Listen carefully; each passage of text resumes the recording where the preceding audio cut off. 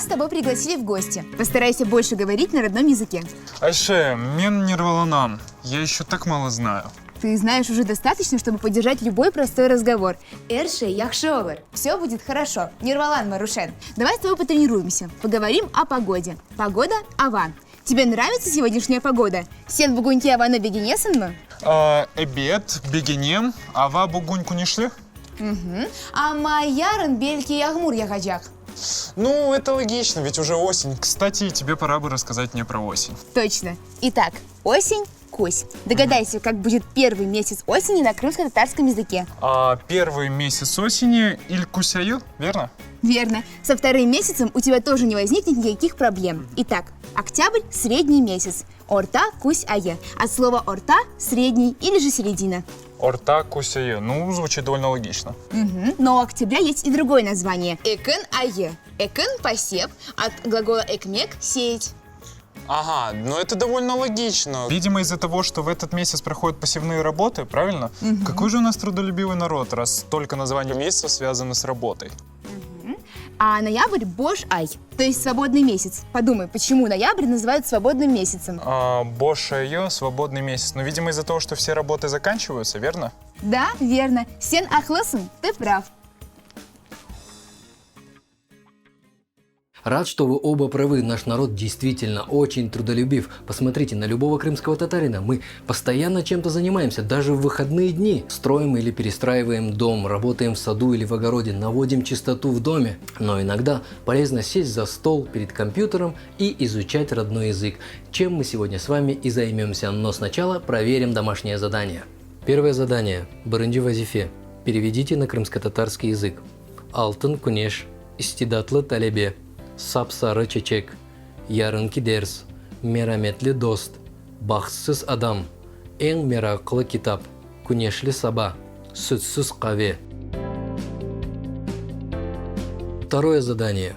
Экунджи вазифе. Образуйте от слова основы прилагательное и переведите его на русский язык. Сувсыз – безводный, сонки – последний, эвдек – домашний, гурзувдаке – гурзувский, Кезлевле, Кезлевский, Туниванка, вчерашний. Кстати, что у тебя в пакете? Так это гостиница для твоей подруги, к которой мы идем в гости. Бу алма, о ешельдер, бу татлы велизетли изюм. Аферен, я помидор вехаяр йохма. Айше, а как по-крымско-татарски будет слово «другой», «другие»? Другой башка. Так, получается мен помидор, хыяр, хапыста, соган, ве башка, себзелерны, алмадым. Верно? Кстати, ты можешь заметить, я запомнил разницу между алма и алма. Машалла. Кстати, а название других фруктов ты запомнил? Эбет, армут, груша, ахудут, малина, джилек, клубника. Их тоже надо было взять для твоей подруги? Нет, винограда и яблок достаточно. Я вообще удивлена, что ты догадался взять гостиниц. Ну а за кого ты меня принимаешь? Я же с детства знаю, что если ходишь в гости к крымским татарам, то нужно брать с собой гостинцы. Вы обратили внимание, сколько в вашем диалоге было слов, обозначающих действия? Брать, алмак, мусафрлике, бармак, ходить в гости. Я не зря обратил на это внимание, потому что сегодня мы начинаем знакомство с обширнейшей и очень интересной темой глаголы в крымско-татарском языке. Запомните, глагол – это фииль. Вы, естественно, знаете, что эта часть речи отвечает на вопрос «что делать?» не япмак во всех его вариантах. Но начнем мы с того, что вспомним глаголы, которые вы уже знаете. Да, Уджа, мы во время многих уроков встречались с глаголами и объясняли, что они означают. Я даже помню, когда узнал первые некоторые глаголы. Айше, это было, когда мы пришли в гости к твоей бабушке. Но это было весело. Vay, netasın, netasın, tur, netasın, tur. Allah Allah. Витам! Витам! Мусафыр келді! Ах, benim kızım. Селям алейкум, бита. Aleyküm selam balam, aleyküm selam. İşleriniz nasıl, бита? Зато сколько новых слов ты узнал. Обед. Тур не тасан, вставай, чего лежишь. Турмак стоять, встать. Отурмак сидеть. Ятмак лежать.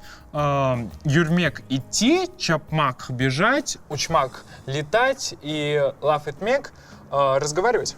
Но глаголы тебе встречались не только в том уроке. Давай так, я буду называть глаголы по-русски, а ты вспоминай, как они звучат на крымско-татарском языке. Ой, Ше, ну ты задачку мне поставила. Ладно, давай попробуем. Итак, оставаться. Помнишь, мы изучали этот глагол, когда учились здороваться и прощаться? Точно, салхнинбар и салхнинкал — это до свидания. Получается оставаться калмак. Калмак. Калмак. Верно. Учиться и читать. Так, учиться и читать это будет окумак. Окумак. Окумак. Хвастать. Так, ну это мы вспоминаем часто. Махтанабермя, не хвастай, получается хвастать. Махтанмак. Жить, быть. Так, жить, быть — это яшамак — жить, и олмак — быть. Ну и последнее. Обещать и слышать. Так, обещать, слышать, сёсбермек — обещать, и эшетмек — слышать. Белькетер — эше. Етер. Аферин, Рушен, конечно, ты обратил внимание, что в конце всех глаголов, которые ты перечислил, ставятся аффиксы мак, мек. Что это за аффиксы, как ты думаешь? Так, думаю, что делать? Обещать, не япмак, сёсбермек. Так это же неопределенная форма глагола. To be or not to be, what is the questions? И ты ответил на этот вопрос. Быть, олмак. Мах и мек – это аффиксы, с помощью которых образуются глаголы неопределенной формы, конечно же, согласно правилу сингармонизма. А дальше самое интересное, к чему надо присоединить эти аффиксы, чтобы получить глагол, отвечающий на вопрос «что делать?» не япмак. Их нужно присоединить к глагольной основе. Внимание! Глагольной основой в крымско-татарском языке является второе лицо глагола единственного числа повелительного наклонения. К примеру, глагольная основа оку – читай, яша – живи. Неопределенная форма окумах – читать, яшамак – жить. Запомните это. Глагольная основа – это главный словообразующий элемент, когда речь идет о глаголах в крымско-татарском языке. Все предельно просто. Давай потренируемся. Я буду обращаться к тебе в повелительном наклонении и говорить, что нужно сделать. А ты, используя аффиксы мах и мек, будешь оставлять глаголы в неопределенной форме. Хорошо, давай попробуем, но начнем с глаголов, которые я уже знаю. Яхши. Бер. Так, бер – дай, бермек – давать. Башла. Башла – это начинай, башламак – начинать. А теперь попробуем наоборот. Теперь я буду говорить глаголы в неопределенной форме, а ты, выделив из них глагольную основу, будешь говорить, что нужно сделать мне. И заодно выучишь новые слова. Хорошо. Кетмек – идти. Так, кетмек – идти, нужно убрать аффикс мек, получается кет – иди. Ну все, ладно, не уходи, давай продолжим. Итак, язмах – писать, а шамах – есть. Яс – пиши, аша – ешь. Но, кстати, перекуси. Сагу. Тушенмек – думать, дыньямек – слушать, чалышмах – работать. Видимо, я должен сказать это сам себе. Получается, тюшун – думай, чалыш – работай, и Дынле. дынле – слушай. Скажи еще ярдым бермек, ну и я отвечу ярдым бер, помоги. Айше, ярдым бер, мен болдырдым. Дюхламак – спать, и раатланмах – отдыхать. Получается, юхла – спи, и раатлан – отдыхай. Верно? Вот и я бы отдохнул сейчас. Вот придем к подруге, потом и отдохнешь.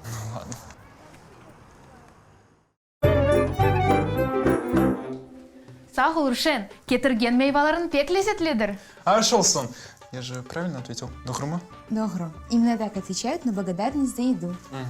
О чем это вы там шептались? Сізне ақында явашчықтан лаф еттіңіз. Біз тешекурлер ақында лаф еттік. Белкімді мен ярдым етерім. Ярдым это меня. Ты правильно ответил на благодарность о еде. Если благодарят за питье, выпив чашечку кофе, отвечают Афиет Леролсон на здоровье. В зависимости от ситуации есть много вариантов ответов на спасибо. Если человек помог чем-то или сделал доброе дело, ему говорят спасибо, сагул. А в нашем народе принято отвечать Алла Разолсон, да будет доволен Аллах. Сагула меня, и спасибо тебе за то, что показала нам свой дом и объяснила мне, как по-крымско-татарски будут называться некоторые комнаты. Алла Разолсон. Кстати, ты уже знаешь некоторые слова, характерные для описания дома. Ну я знал, что Асбар это двор, Эв это дом, а Ашхане это столовая или кухня. А теперь ты знаешь, что Мусафыр Одасы – это гостиная. Дословно, комната для гостей. Ятах Одасы – спальня, комната, где спят. Бала Одасы – детская комната, Иш Одасы – рабочий кабинет. Мусафыр Одасы гостиная, Ятах Одасы спальня, Бала Одасы детская комната и Иш Одасы рабочий кабинет. Верно? Мгм. А теперь попробуй составить простые предложения с использованием глаголов. Прерву ваш разговор, чтобы дать подсказку Рушену. Названия комнат в твоих предложениях являются обстоятельствами места, поэтому, во-первых, не забудь поставить их в местный падеж. Во-вторых, запомни, их место в начале предложения, а место сказуемого, оно выражено глаголом, в конце предложения. Сагулну саджам. Итак, гостиная Мусафыр Одасы. Получается, Мусафыр Одасында ратланайшы. Біз мұсафырлер одасында мұсафырлерні қабыл етеміз. Өзіміз есе ратланамыз ве телевизор бақамыз. Мен ратланмаға істемеймін. Иш одасында чалышаджам. Яхшы, Иш Одасында чалышайшы. Рушен, Ашханеде не апайлар? Ашханеде ашайлар, Бала Одасында балалар ойнайлар. Добро. Вы отлично справились с сегодняшним уроком и провели время в приятной компании. Пора дать Рушену домашнее задание. Первое задание. Баранджи вазифе. При помощи аффиксов «мак» и «мек» образуйте неопределенную форму глагола.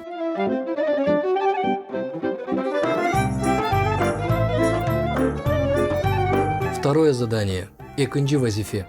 Образуйте от глаголов в неопределенной форме глагольную основу.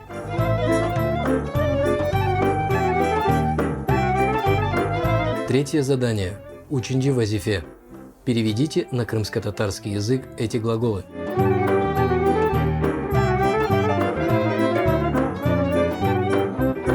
Ваш словарь. Сызым Гухатыныз.